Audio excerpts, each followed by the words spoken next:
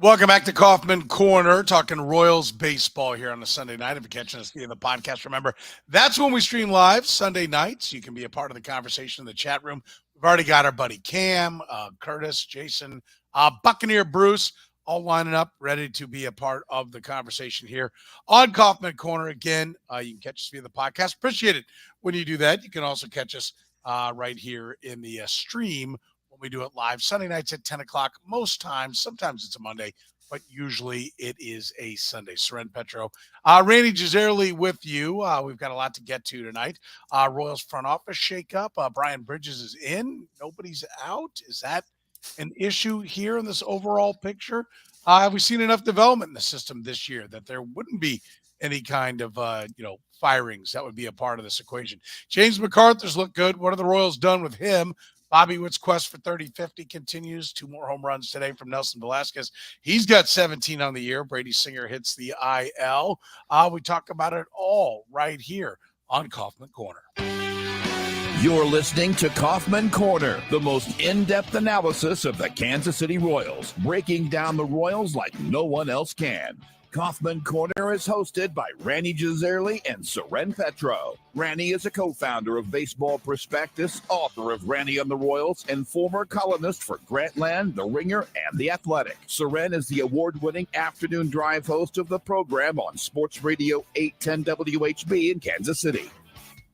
Kaufman Corner is proudly brought to you by Gann Asphalt and Concrete, Kansas City's nationally recognized full-service paving and pavement maintenance contractor, making parking lot problems disappear since 1994. Free consultations, no commissions, in-house crews, and every project comes with a written warranty. Find them online at GannAsphalt.com or call 816-484-3338. Gann Asphalt and Concrete, one contractor, all things parking lot. Now, here's your hosts, Rany Jazayerli and Soren Petro. That's right. Kaufman Corner is proudly brought to you by our friends at Gann Asphalt and Concrete. My friends at Gann Asphalt and Concrete. They'll be your friends if you've got any kind of problems when it comes to your parking lot, solving those everywhere around the KC metro area since 1994. Nationally recognized full-service paving and pavement maintenance contractor. Find them online right now at GannAsphaltConcrete.com. Rany, let's dig in. Brian Bridges is added as the director of scouting for the Kansas City Royals. They didn't even wait to the end of the year to start making moves in the front office. Where do you want to start? Do you want to start with the fact that Brian Bridges is in, and your thoughts on Brian Bridges? Do you want to start with the fact that he's in and nobody's out? Where do you think is the most important part to begin this discussion? Well, Soren, I'm an optimist, as anyone who's ever listened to this show knows. So I want to start with today being a watershed day in Kansas City sports. The Royals, as you may have noticed, have won 10 out of 11. Is there a Taylor Swift comment here? There may be some. 10 out of 11 wins for the Kansas City Royals. The Kansas City Chiefs rolled up 41 unanswered points on the Chicago Bears with with Travis Kelce's new girlfriend, the most popular just hanging woman. Out, Rany. Just hanging out. Okay. He's acquainted. The most popular woman in the world, possibly. Yeah. Hanging out with Donna Kelce in the suites. And perhaps best of all, the New York Yankees were eliminated from playoff contention today, which makes this just the third season this century in which neither the Yankees nor the St. Louis Cardinals will be in the postseason. And it also clinches the fact that for the first time since 1992, the Yankees and Cardinals will combine to have a losing record. So I don't know what alternate reality portal we entered about 12 days ago, when the Royals started winning. And maybe the best part of this from the Royals' perspective, despite winning 10 out of 11, they are still in line to get the second pick in the draft. This has not hurt their draft position like most of their September surges have. They were so bad for so long that they are still in line to get the second pick. Although if they keep winning like this in the final week of the season, they may even screw that up. But let's enjoy the wins with guilt-free. and more importantly, enjoy the performances like Nelson Velazquez hitting 2 more bombs today that have made those wins possible. So there's definitely some good news to talk about. But like you mentioned, the most important news really in the long term is simply what they are doing behind the scenes with the front office. And bringing in Brian Bridges represents the best of what JJ Piccolo has done. Bringing in a really capable, a well-regarded guy who had a fairly successful run as the Braves scouting director, and we can talk about his performance there. That is the good news. It has a good reputation of somebody who melds the scouting side and the analytics side together.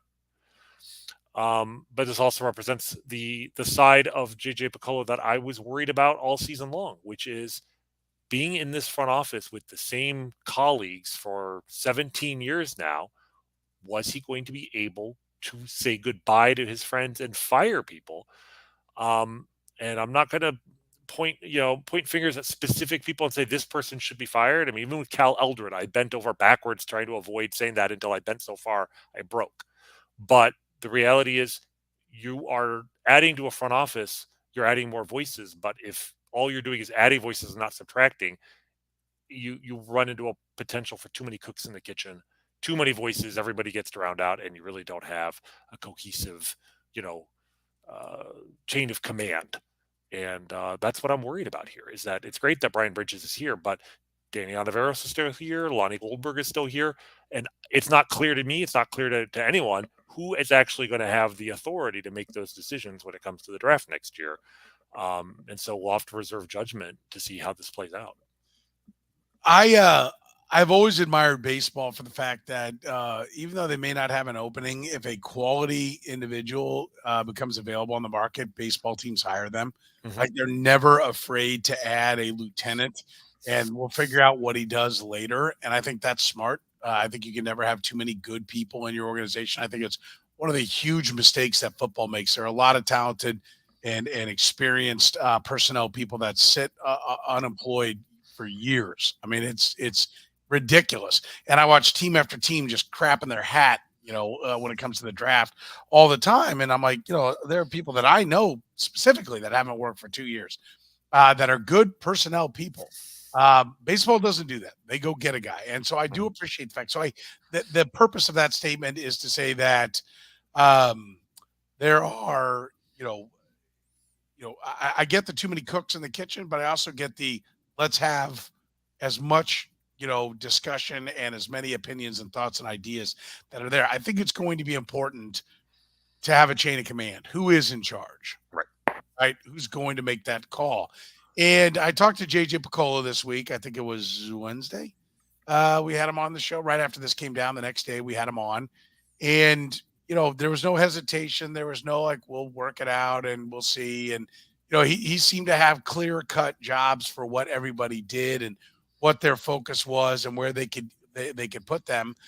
And so I'm going to give them the benefit of the doubt. Let's go from here and let's see what happens. I'm okay with that. But, I'm with you. I do worry. I worry that, from your standpoint about, Cal Eldred and Mike Matheny, it was decided that somebody had to pay with their jobs. I mean, those guys were unemployed. They were fired. The statement was, this isn't good enough. We're firing someone. So I am worried. I don't know how you could not be worried that this is not enough. It's fine that they don't hire anybody else, but who got fired? Who was made? Hold on. I would say it's not fine if they don't hire anyone else. I mean, they've hired one guy out of the organization at the end of last year. 65 and 97 was bad enough to get 2 guys fired, and then a new manager, a new pitching coach. This year, even if they win, if they finish with 6 more wins, they're going to have lost 102. They're not going to lose 110, and good for them to avoid that. They may not even set the franchise record, but that's going to be awfully close. But you're trying to tell me not one person's been fired from this front office. They've hired one guy, Brian Bridges, after a second disaster season. I think they know. I think they do need to hire more people. In fact, what I would suggest, and the thing that I think they can do, which would convince me that yes, maybe they have a lot of cooks in the kitchen, but they're putting the right cooks in the right places, is to bring in at least one more person who is above all of these guys. To bring in an assistant GM. Now, assistant GM, the title, there's a lot of people have assistant GM / scouting assistant GM, but I mean the actual number 2 behind JJ Piccolo. I think they need to bring somebody inside the organization from another organization. That I think would assuage my concerns that they don't have enough new voices in that front office to prove that they are heading in the right direction. I'm always kind of the opinion to let it. All right, let's see how this goes. Let's I'll give them the benefit of the doubt, and then we'll evaluate on the other side. But I'm with you. I'm a little bit disappointed that there isn't more change. That there isn't. I do think that there will be some scouts hired. I don't know that it'll even warrant a press release. It'll be names that probably don't make they're not in the management team, so we're probably not going to see the names. But they are counting on basically largely the same group. And I'm a big fan of JJ Piccolo. I think he is a very smart baseball guy. I think he's a great person. I know that for a fact. But I just haven't seen the leadership, be put into place. I think he can lead people for sure. Can he lead an entire organization? Can he lead an entire organization that's a small market ball club, right? That's even harder than leading some of the other ones. I don't know. And we're going to find that out. But I don't know how you can not be a little bit disappointed that the entire crew is still there. Now, he made the point that there are now, including himself, 5 people that have made, that have been ahead of a draft. Mm-hmm. And I said, well, is he going to be involved in Latin America? And he said, no, he'll be focused on the draft. And, so, I mean, they all work in concert. But, yeah, I mean, it is a little bit disappointing. This is not as much as I would have liked. Balance it out. I know Cam was talking about the fact that the Royals are 12-8 in September, which they always seem to do, to be able to, tantalize. Although this time they are 5-1 against the Astros, a team that's playing for its very playoff. I mean, sweeping the Astros in Houston this weekend, a team went into the weekend confident that they would win the American League West, which comes with a number 2 seed and a first round bye. And now they're, I think, 2.5 back of the Rangers and fighting just to make the playoffs. They're like half a game ahead of the Mariners for the final playoff spot. That's a hell of an accomplishment. I mean, because they played these games to win. They played these games with that in mind. And won a series of close games. I mean, we'll get to James McArthur. McArthur is essentially the Royals closer now and pitched very well against a very good lineup to close out a couple of these games.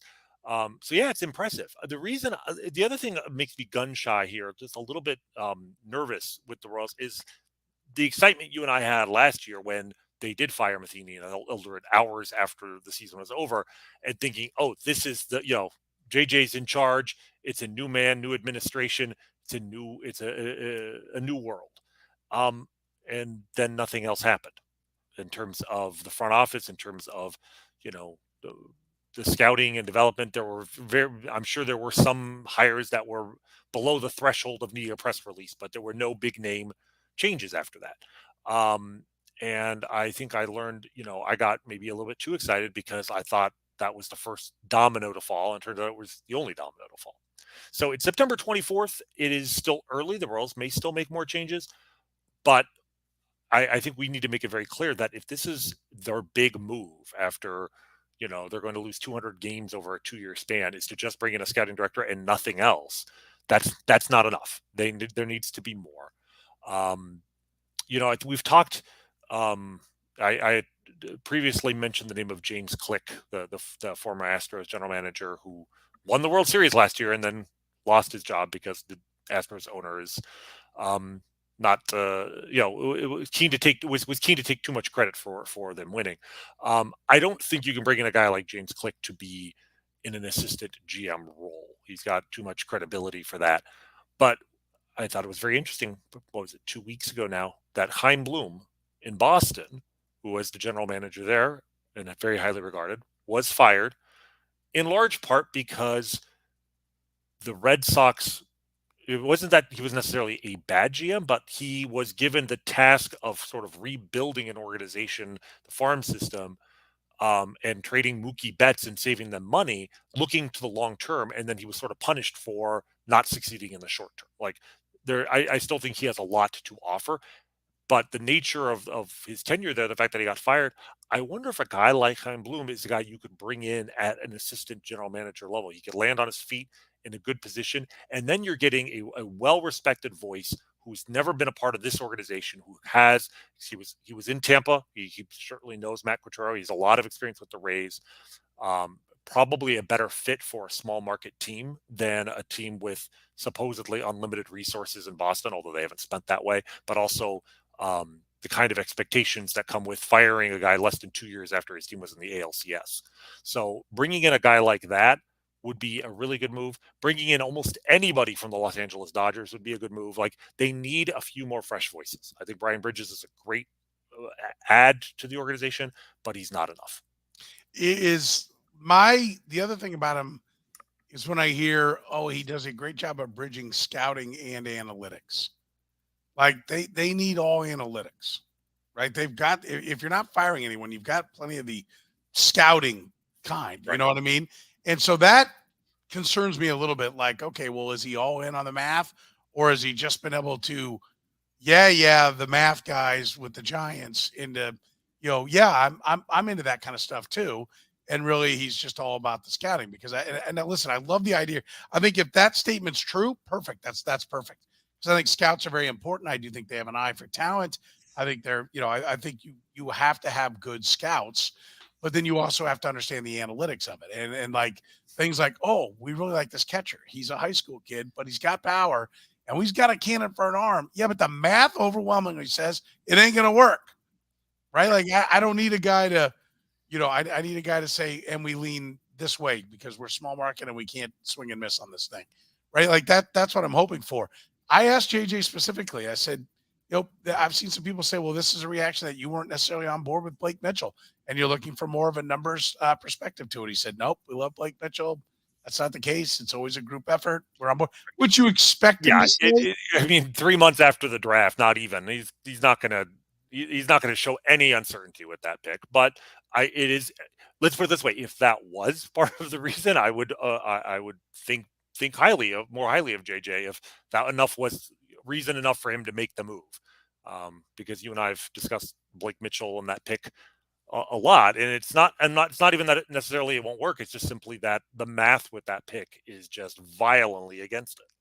Yeah, I think so. Let's say this, and by the way, I've just put up the comment from Jeff. He said, "How about Latin American scouting?"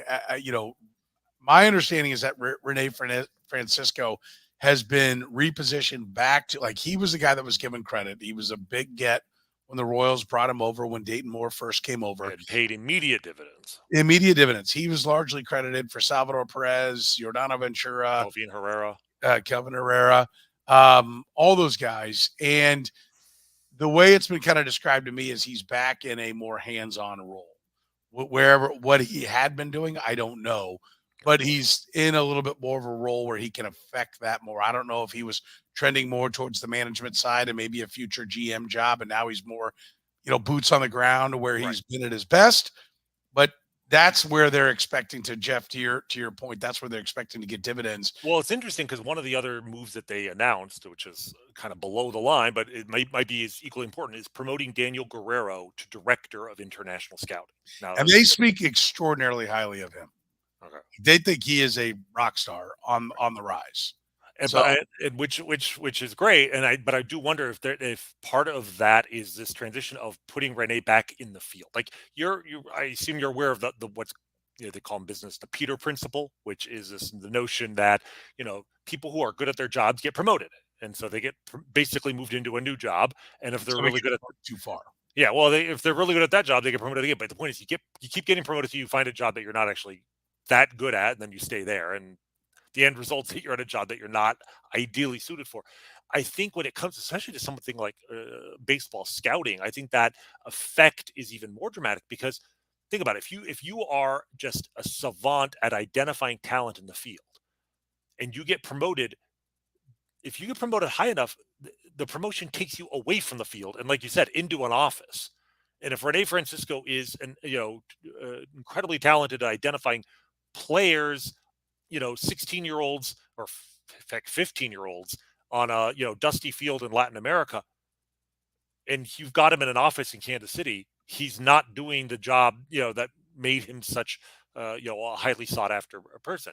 So you've got to find a way to promote people, to give people recognition, whether it's monetary or just in terms of prestige, but letting him continue to do the job he's really good at. And that sounds like that's what they're trying to do with Rene. And I wonder if some of this, promoting Daniel Guerrero, if that frees up Rene to be out in the field more, I think that would be great because, their Latin American operation after those initial successes has been much weaker in the last decade or so. I think it's undeniable that they have to be better in Latin America. Like that's been one of their biggest Achilles heels is that they and it's a talent talent pool that's only growing. It's still growing. You think, oh well, something like a third of players now come from Latin America.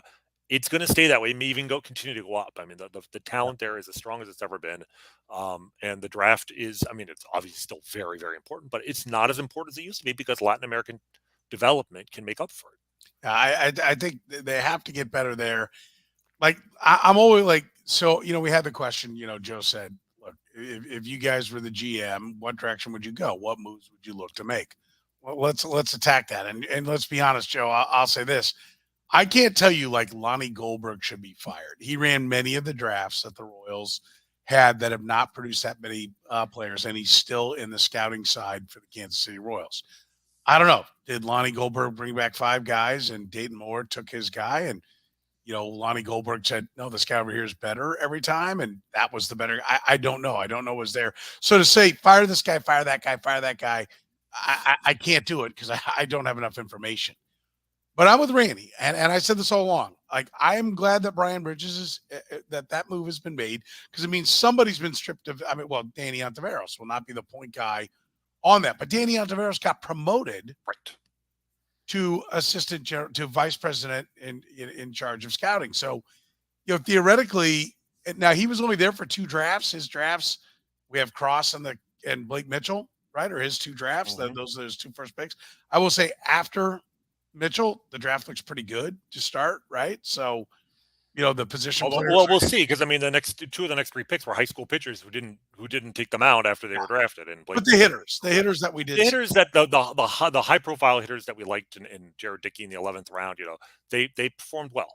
Yeah, and so, even if you go even to last year's draft, I mean, Gavin Cross was has been a big disappointment, but Caden Wallace has been okay as a 2nd round pick. I'm not any more down on him than I was last year, and then. Mason Barnett, who seemed like a reach at the time, was Baseball America's Royals minor league player of the year, the 3rd round pick, which might be a huge indictment of the organization. Mason Barnett is a good prospect. I wouldn't qualify him as anything close to a great prospect, and he was their minor league player of the year. So that kind of gives you an indication of how bad things are on the farm. Yeah, I like. What would I do? I mean, I would have fired somebody.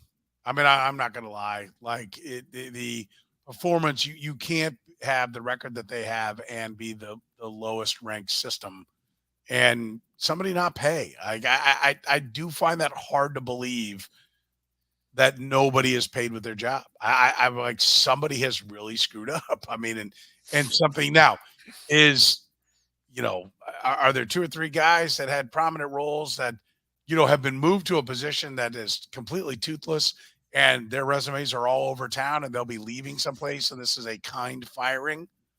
We'll see.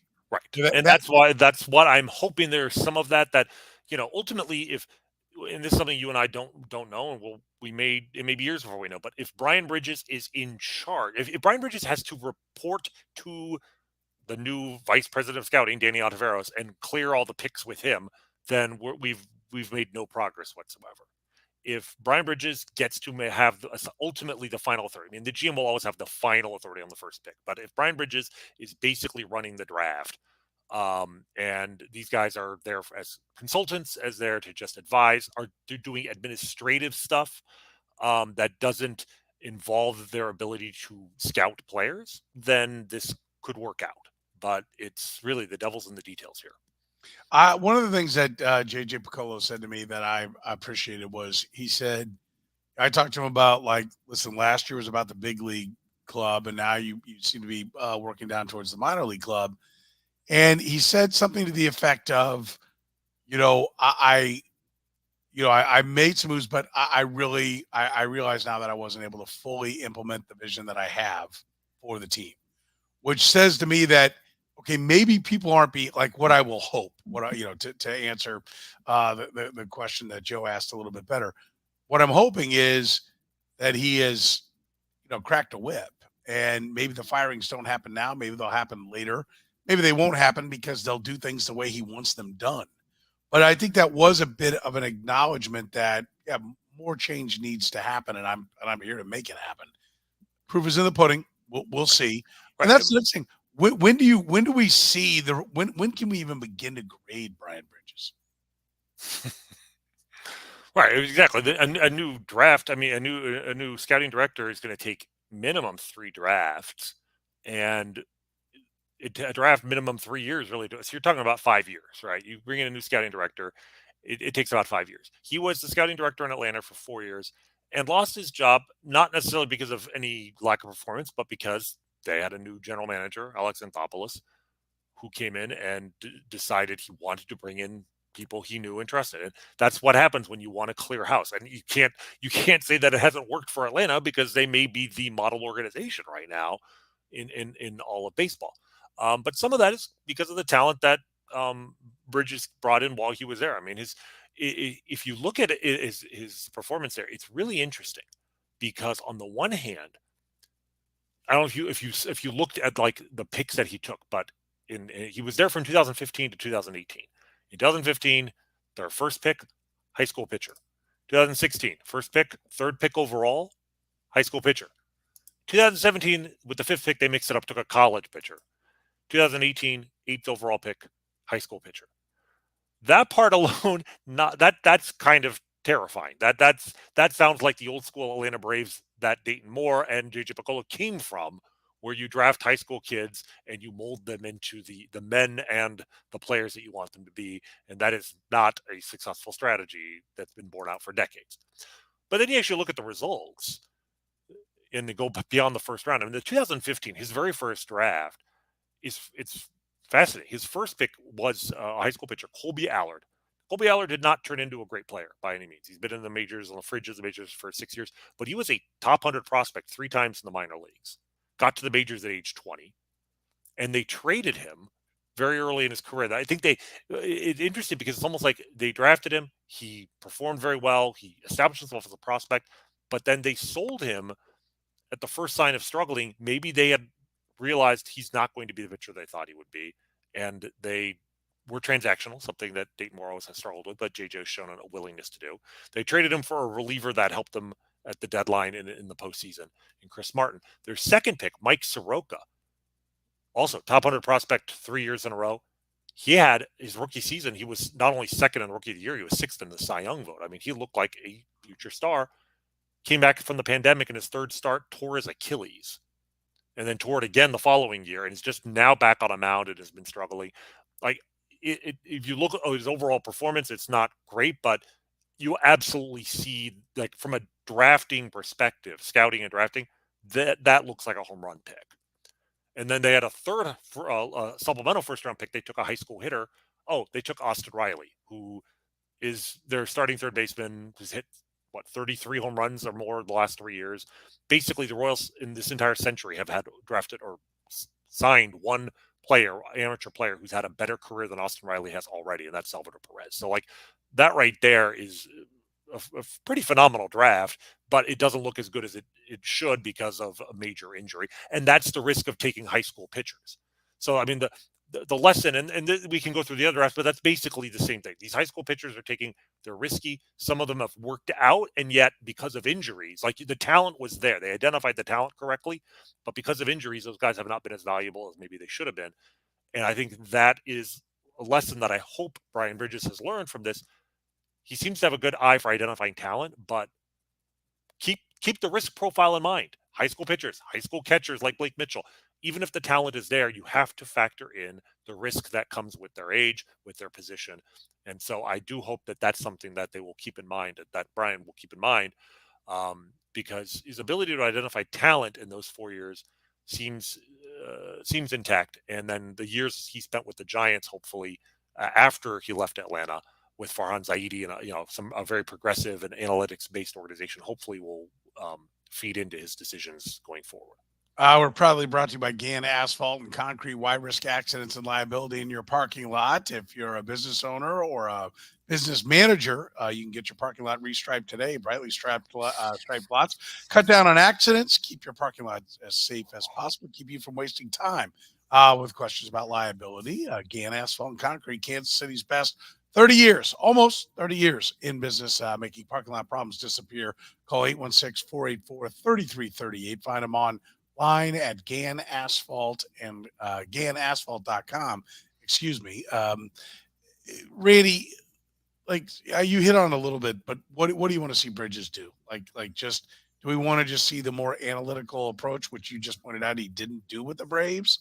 Are we assuming some of that soaked in with the San Francisco Giants? Like he's going to have a top pick in this. What do you want to see him do? Position player, clearly. And then after I would like to see. I mean, it's funny because all these high school pitchers he took, the best pick by far of his career was a hitter, right? A high school hitter. Austin Riley has been phenomenal. So yes, I mean, I would certainly like to see a focus on hitters. We see that every year. But if you're whoever you take, I want to see the players that they take, that there is some sort of analytic justification for the pick. It shouldn't be pure analytics. But what we're seeing from teams now, and they may have done some of that with Atlanta with these high school pitchers, in that they, even 10 years ago, when you're scout, you might have TrackMan and Hawkeye and all these very sophisticated systems to measure the velocity and break of the pitches for the guys on your major league team, and maybe even you have it in your minor league parks. But you weren't doing that at a high school showcase. You weren't able to do that for most college pitchers even 10 years ago. Now you can do that. And teams are doing that. And so, not that you should not necessarily draft a high school pitcher, because the risk with them is not simply that you're not evaluating who they are now. It's that it's harder to determine who they're going to be, whether they're going to stay healthy, whether they're going to develop velocity. I mean, someone like Frank Mazzucato, we still have no idea, is he going to gain velocity or not? If he is, then that pick might work out. If he doesn't, it looks like it's going to be a bust. So whoever they take, certainly with their first, it's going to be hopefully top 5 pick, but there are other picks down the line that they have the kind of data, whether it's exit velocities with the bat, or not just pitch velocity, but the shape of the pitches and the vertical and horizontal movement, etc. Like there's going to need to be a data-based reason that supports the scouting side of things. And with the draft, absolutely, scouting is probably still more important than analytics. You don't want to take a guy who has great numbers in college, but has, the scouts say, has no hitting ability whatsoever. But you need to combine those two things. And I'm hopeful that will be the case. Have you seen enough development in the system this year? I mean, we can get into McArthur here a little bit, but overall, have you seen development? Have you seen signs of progress this year? A little, and ironically, mostly on the pitching side, right? But this gets back to the point of JJ seems to know what the Royals are missing. He seems to be motivated to bring in new ideas, which is why it's frustrating, because he's doing it, but he's just doing it too slowly. And he did it at the major league. The most dramatic change the Royals have made in terms of player development has been at the major league level, which is not normally where you do player development. And yet that's what the Royals seem, that's all the Royals were able to accomplish last offseason, because they didn't bring in a ton of new faces and names at the minor league level, but they brought in Sweeney and Zach Bove at the major league level. And James McArthur, we'll talk about shortly, is another example of a player who's started to work with him at the minor league level to change the way he pitches, but really only started to see the results after he reached the major leagues. We're seeing some of this at AAA. Dane Johnson, the AAA pitching coach, he worked with Cole Reagans to get that slider going in Omaha in the 2 weeks he was there before he got to the major leagues. And we saw immediate success with it. But again, he even in his short time with Omaha, Cole Reagans did not have the kind of success that he's had at the major league level. James McArthur, after the Royals traded for him, and again, let's remind people, James McArthur was a 26-year-old minor league pitcher who never pitched in the major leagues and had been designated for assignment by the Phillies. And the Royals gave up a prospect to make sure they got him. A minor prospect. You made the very good point, because it was a guy with good numbers, Junior Marin, but I think he's listed at like 6'2" and 250. And you made the point that with that kind of body type, he's really going to have to rake in order to be a hitter. So, but the point being is that they clearly saw something in McArthur. And I think we said at the time, this is a really good test case for whether or not they are doing things differently, and their new strategy can bear fruit. It's been 5 months now almost, and I think it's borne fruit, Soren, because James McArthur, but again, in the minors, after they got him in Omaha, he was better. His strikeout rate was higher in Omaha. He had 50. He struck out just about 32% of batters, from a guy who historically was more around 25%. But he still walked a lot of guys. He got called up to the major leagues and famously gave up 7 runs in his major league debut and was sent back down. As recently as 4 weeks ago, I saw no reason to think this guy was going to make a difference. And then in September, he's become unhittable.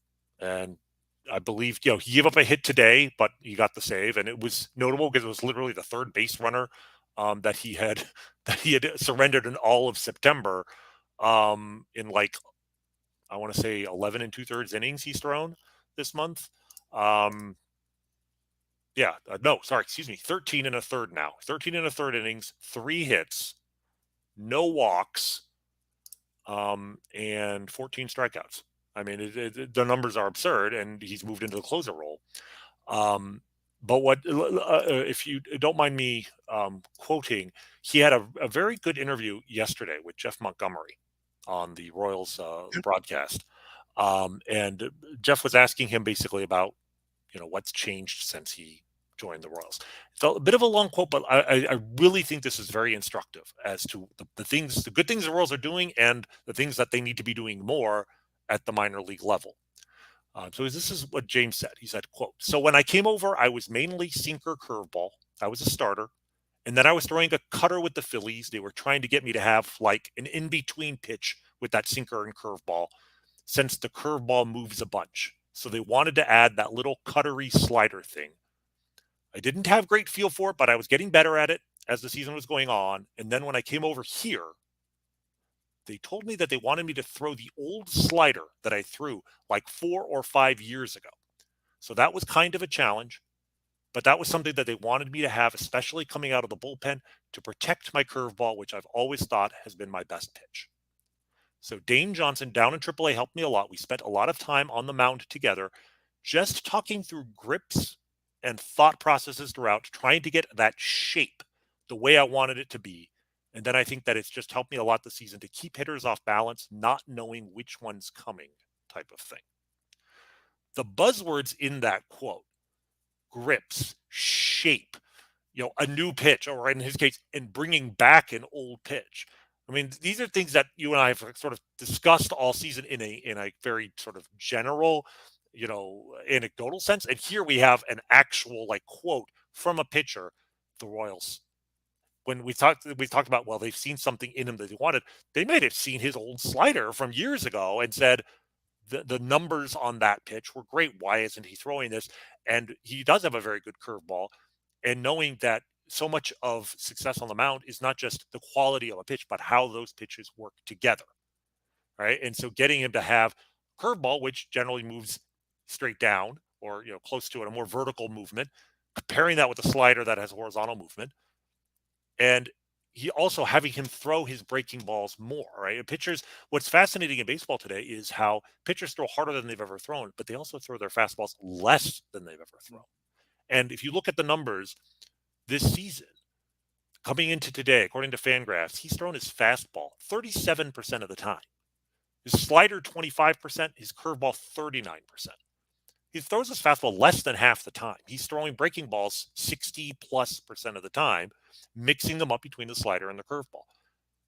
That's how everything we just said. If this had been a Tampa Bay Rays pitcher, we would have not blinked an eye. This is exactly what the Tampa Bay Rays have been doing for the last half decade or more. The Royals have just done it. They took a pitcher that another team didn't want, acquired him, made him better, and after an adjustment period, unleashed him. As much as we've talked about Cole Reagans, Cole Reagans is the same process as much as we're talking about Nelson Velazquez. It's this kind of performance, taking like Cole Reagans, the Rangers still wanted him. They didn't want to give him up. They knew he was valuable. They didn't see this, but they knew he was valuable. This is the guy the Phillies literally let go, that the Royals have now turned into, right now, their closer. And I don't know if he's closer material, but he is going to be a valuable member of that bullpen next year, probably. Do more of this, Kansas City. Do more of this, which means start doing this at a lower level. Whether, you don't have to wait for another team to give up on a guy. Maybe you can do it with your own guys when they're younger, or maybe you draft guys instead of taking a pitcher at 26 that another team doesn't want. Take a guy in the 7th round of the draft that other teams haven't seen, and do the same thing you just did with McArthur. But you can't do that with just Brian Sweeney and Zach Bove. You've got to get more guys develop, the pitching coaches, the development coordinators, all those guys at the minor league level all have to be thinking the same way. They all have to have the ability to look at the data and transmit it to the players and have that credibility. And I don't think you can do it. I don't think you can train a bunch of people who've been in the organization for years to do this. You have to bring in new voices from outside. I think one of the things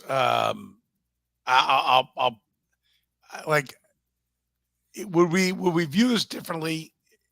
Like this goes back to the draft question, but if they had nailed like 3 first-round draft picks, in a row, right, then this would look like, okay, this organization's got it all together, right? Like, it doesn't the reclamation project part of it start to look Rays-esque, right? Which is what we were hoping Matt Quatrero and Brian Sweeney and Paul Hoover and the guys coming over from the Rays and the Guardians, that's what they were going to get. Like, they're doing that. Nelson Velazquez, getting Cole Reagans, like they're getting that part done.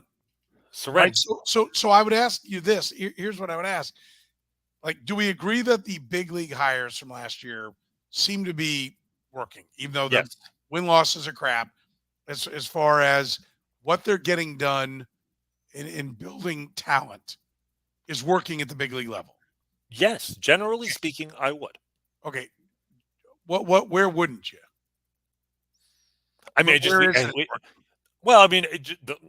standings, right? But there's more to it than just that. Quatrero, I would say Sweeney. Well, I can answer my own question. Lynch is hurt. Bubich is hurt. They didn't have the magic elixir for those guys. So I get your point. But I would say this: if we think that's trending in the right direction, doesn't the move and/or lack of moves, at least just the reshuffling, deserve the benefit of the doubt? Let's wait a year and see what happens. Yes and no, because we give them the benefit of the doubt last year because they did make those changes at the major league level. And my concern is that as much, even though they've lost 102 games or whatever, we can point at the major league level and say, these guys have made a difference. The problem is the minor league system has actually shown less tangible signs of success than the major league. That's my point. It's if the Royals had the exact same season they had now, but their farm system had jumped to middle of the pack even. And there were guys in the minor leagues who, Frank Mazzucato had taken a step forward with his stuff. Ben Cadurna had made it to AA and was pitching well there. And, things like that. I'd be like, okay, they're doing this at the minor league level. I see fewer signs of this in the minor leagues than I do at the major league and maybe AAA level. I think they're doing it they're starting it at AAA and finishing it at the major leagues, which is why they're taking guys who are already major leaguers or close to it and doing it. I don't see them doing that as much with the young guys who are their own draft picks. Now, I think they may be doing a better job of drafting something like that. A lot of the college pitchers they've taken in the middle rounds have shown promise, but a lot of those guys have yet to get to even AA for them to prove it to us. That's why Mason Barnett is sort of the one guy. He got to AA and actually pitched well at AA. And he, to me, is kind of the litmus test for them. But they're definitely doing it at the major league level. I mean, it's such a weird thing in this otherwise disaster season.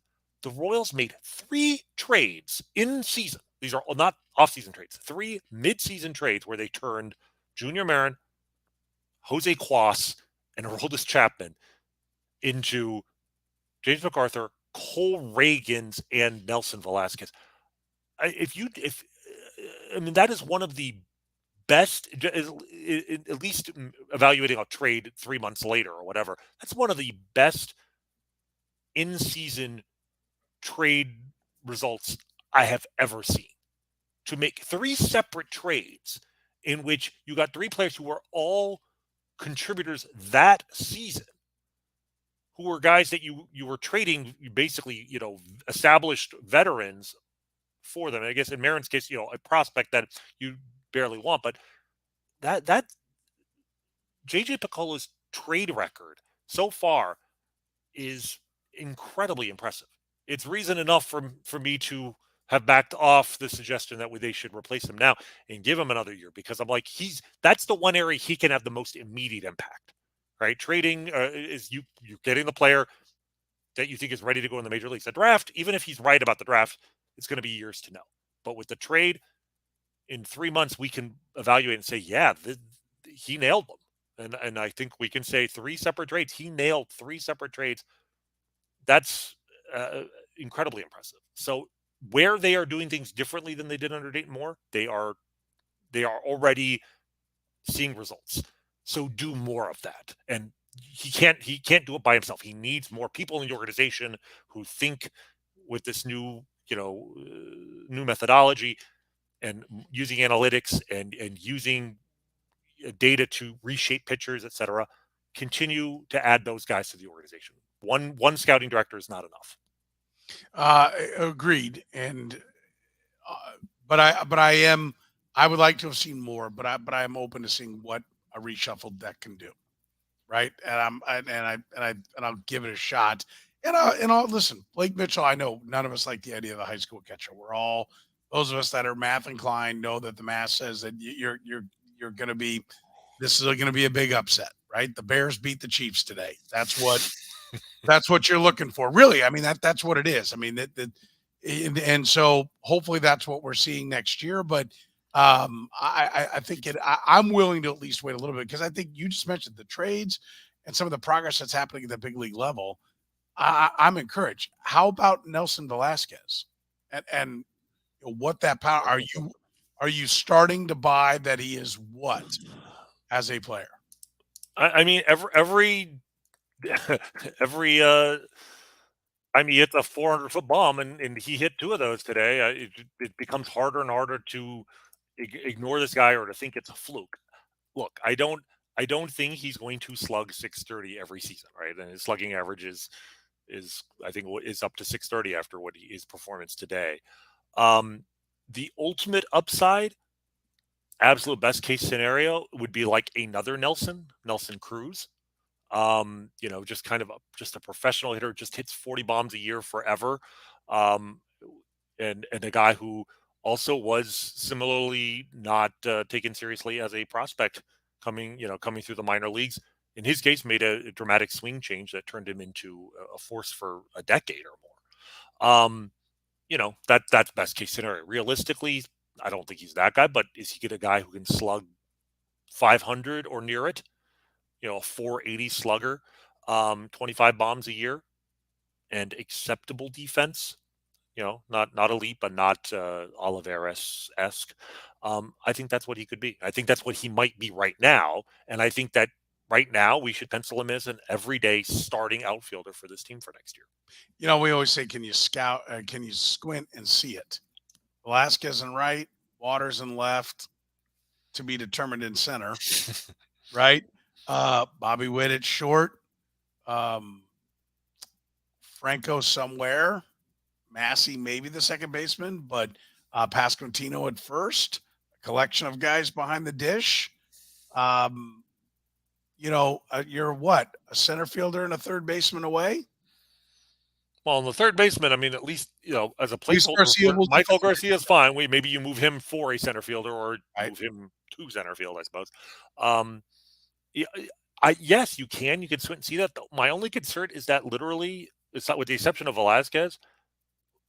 I'm pretty sure everybody you mentioned was was somebody we could have squinted and seen that a year ago. And that's sort of the frustration that the guys that a year ago we were doing the same thought exercise and be like, well, Pasquantino and Prado was still probably in the mix there, but Melendez and Drew Waters and Bobby Witt, Michael Garcia, and Michael Massey. Maybe that's not the right way to put it. Yes, we can squint and see it, but Bobby Witt Jr., we were questioning where he belongs, and now he looks like one of the better defensive shortstops, and offensively, he's becoming a force. So I mean, like, there are things that have been figured out, and it would look better if Pasquantino had not been hurt and had kind of season that they thought he could have. Listen, I'm not saying it's all there, because there's still, listen, just a center fielder and a third baseman, that's a lot, right? Those two positions are premium positions. So getting them, their World Series days, those two pieces, one was the number 2 overall pick in the draft, Mike Moustakas, and one a Cy Young Award winner was traded to get, and Lorenzo Cain. So I'm not belittling how important, how much that will cost to go get, but there are pieces starting to be put into place. And for the pitching, listen, I hate to be spring training optimistic already, which I'm not. I'm just going to say the numbers that they can throw at it. Lynch, Bubic coming back from injuries. I mean, Singer was on my list to talk about tonight. Like, he hit the IL. Like, the one thing I feel like you accomplished with Singer, like, it's an evaluation year. You now know what he is. He's just an innings eater. I mean, the concern with him is the Gordon velocity Lyles dropped. Don't put that on him. My concern with him is, like, I am actually worried right at this moment. We're not sure what he is, because we're still don't have a clear answer as to why his velocity dropped by 2 miles an hour. I mean, they give him a start off. They did an MRI, everything checked out there, and now they've shut him down because they're saying it's his back. If he comes back and he's back to throwing 93 on his fastball next year, then I'll feel a lot better than if he's stuck at 91. So my concern is the way Singer finished the season may make it takes away the option of trading him this offseason. I think that it would be much more difficult to, because I think teams looking at him are not sure if they're getting damaged goods or not, and I think putting him out on the market would just make I agree, worried more. But you at least, I like, for me, I know what he is, and like this idea of like, oh my God, are we trading a Cy Young winner? You're not. And so, like, there was talk that there were teams that were really interested in him when he seemed to be pitching his best. And I think they came close, but that might have been a missed opportunity. Yes. I mean, and that looks like right now, like, okay, that I'll forever wonder what it was. It's so funny. Like, everything when JJ commits to doing something, he's been good at it, right? It's like when you commit to bringing in, new pitching guys, new pitching coaches, they've been doing well. When he commits to making trades, gutsy trades, he's been doing well. So do more of it. Like, I wish he in the midst of what turns out might be a historically great trade deadline, whatever he was going to get for Singer probably would have been a better trade than keeping Singer, because the Singer we have now is not the Singer we had 2 months ago. So it's like, I want him to continue on this path, and he just seems to be so deliberate in making these changes to the organization. And I think he needs to move at a faster pace. Yeah. No, but there has to be, like, if you want to trade, there's got to be somebody to trade with. Right. Like, like, everything's not available. You want to hire a guy who's better, and he's got to be available. Right. Like, so I'm with you. I would like to see more. I'd like to see faster, but the arrow's pointing up, right? I know we're going to give grades here over the next couple of weeks for this season and for people. And I know you can't wait to grade JJ Piccolo. You've been wanting to weeks right now. So I am looking forward to it. I think you're going to be kind of, you're going to shock some people and be more positive than maybe people would think. Nuanced is the word I would use, Soren. I'm nuanced. Okay. Right. But we're holding off and waiting to make sure that we get the entire season, whatever, in case there is some other kind of hiring or firing, because I think there are a lot of ways to look at it. But I mean, I think, listen, and I'll be the first one to admit I definitely think it's getting better, but I don't know that it's getting better fast enough for a small market team to capitalize and be a playoff caliber team, right? Because Right. it can't take 10 years because you're losing, 4 years worth of players. Right. I was going to say, like, these guys are all going to leave in a Right. couple of years. Like, you can't measure this in years. That's to be measured in months, really, the kind of progress. Yeah. And a lot of it is also like figuring out which of these players, we just talk about all these guys, you can squint and see it. You can also squint and see them not making it. And I think a big inflection point this winter is JJ figuring out which of these players to commit to and which of them to move on from. Do you move on from MJ Melendez and trade him for what you can get? Michael, we've talked about, like, you want to make a place for Nick Lofton potentially in the lineup. Do you trade Michael Massey? Do you trade Michael Garcia? Like, there's going to be opportunities to pick between different players that you have now and commit to certain guys and move on from others. How well he makes those decisions, I think, may really, more than anything else, determine how the Royals play in 2024. And how they play in 2024 will undoubtedly have an impact on whether or not he's still the general manager after 2024. So, like, making the right decisions about what to trade, whether to trade, and who to trade this winter is one of the most important things, aside from hiring more staff for the organization. One of the most important things that JJ can do this winter. I think, to Matt's point where he said, I'm not excited. He was in charge last offseason, made no deals except for signing Lyles and Duffy. Yes, and I'm not going to tell you I think you may be disappointed again this year, because but I don't have a problem with what they did last year because they weren't ready to contend. And I think Rany and I both had, Rany talked about Michael Conforto. That would have been a really nice looking piece for this team. I talked about Andrew Heaney. He was Andrew Heaney, up and down and overpaid for what he gave them. But, he was a guy, and I forgot who my other pitcher was. But we each gave our list of free agents. But in reality, now that we look at it, like, they weren't those two players away, right? And I think that's the question you have to ask yourself. After 105, 108 loss season, which this year's going to be, are you ready to just go grab one or two guys? Or are you still going to have to drastically overpay? Like, I will actually be okay if it's just bits and pieces here for one more year, because I don't know that. I mean, listen, if they go get, I'd have to look. I don't know who's the best center fielder available, or maybe right, third baseman, what have you. If there's a guy and they can get him, and it doesn't blow up the payroll to where it's like, okay, that's it. This is our squad. It's on the field. Fine, I'll be thrilled. But I also will understand that they're not just one or two guys away coming off this record. Yeah, I completely agree, and I know Vahi Gregorian in the Kansas City Star this week wrote an article basically saying it's time for John Sherman to spend some money. And there's a lot of people like, the Royals need to prove their commitment. Obviously, they want a new ballpark. They need to spend money in free agency to prove it. And I'm all on board with the Royals spending money. But to me, it doesn't have to be on free agents. There are ways for them to spend their money that I think are going to be much wiser. Again, using that money to bring in smart people to run the organization is, a much more cost-effective way. Beefing up the analytics department, much more cost-effective way. Figure out if there's a way to lure Kevin Seitzer here back to Kansas City and give him whatever he wants. That's a smarter way to spend that money.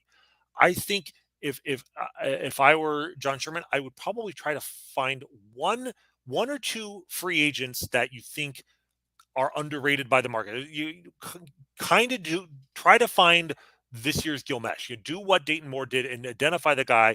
It doesn't have to be the top of the market free agent. You're not getting Shohei Ohtani. We know that. But maybe you can, instead of spreading your money around and getting 3 or 4 guys who aren't going to move the needle one bit, maybe you can identify one player that you think fits this organization. It could be a starting pitcher that you think has upside that has been not tapped yet. It could be a hitter that is a really good defender, and maybe bring in a great defensive third baseman that allows you to trade by Cal Garcia. We'll go through the free agent lists in a future show. But the point is, you get creative and you find somebody who's maybe got untapped upside. I think that's a smart idea if that player is out there. But ultimately, If they want to spend money, hell, get Bobby Witt signed to a contract and front load it and give that the money. That's going to have more of an impact on the Royals' future than signing, some player out there to a 2-year, $20 million contract. JJ Picola said on the show this week on my radio show, he said, listen, we're going to give it our best shot. We're going to try very hard. So, there has to be mutual interest, but we're going to try very hard to get him signed. And I'm with you. And I think to the point of like spending some money, I think the Royals, again, and I'm not so sure it's the right thing to do right now. It's what fans want to hear when they want to see that you splashed around a bunch of cash for some guys. But I think it's something that they may have to do just to get the vote on the stadium. Right. Well, so, if you're going to, and I understand that, and I think money shouldn't make you worse. It may not make you that much better, but it should make you a little better. But spend it wisely. If you're going to do it, don't just spend money to show the fans that you're committed. There are smart ways to spend the money that are win the PR in the short term, but also make the organization better in the long term. And that's something I think that they need to do this winter. Is Bobby Witt Jr. going to get to his 30-50? Well, 1 homer and 2 steals. I mean, I know he's been thrown out, I think, twice in the last couple of days. So he's definitely trying. And the thing about the stolen bases, I mean, if you're aggressive enough, you can go anytime you want. So I think the 2 steals he'll get. And it's just, well, he hit 1 home run in the next week. I think he will. So 30-50. I mean, Ronald Acuna's made 30-50 seem passe at this point, but he still would be the 5th player ever to do it. So fourth. Sorry. So yeah, I think he'll get there. Yeah, I think you will as well. Don't forget, we're proudly brought to you by Gann Asphalt and Concrete with free consultations, no commissions, in-house crews. Every project comes with a written warranty. Gann Asphalt keeps your parking lot safer, helps you and your business avoid unnecessary delays and costly expenses. They've been solving parking lot problems in Kansas City since 1994. Why wouldn't you call? 816-484-3338. Find them online at GannAsphalt.com. Gann Asphalt and Concrete. One contractor, all things parking lot. Grades to come here over the next couple of weeks. We're looking forward to doing that and frankly looking forward to putting a bow on this season. It's been a long one, to say the very least. For Rany Jazayerli, I'm Soren Petro saying thank you very much for joining us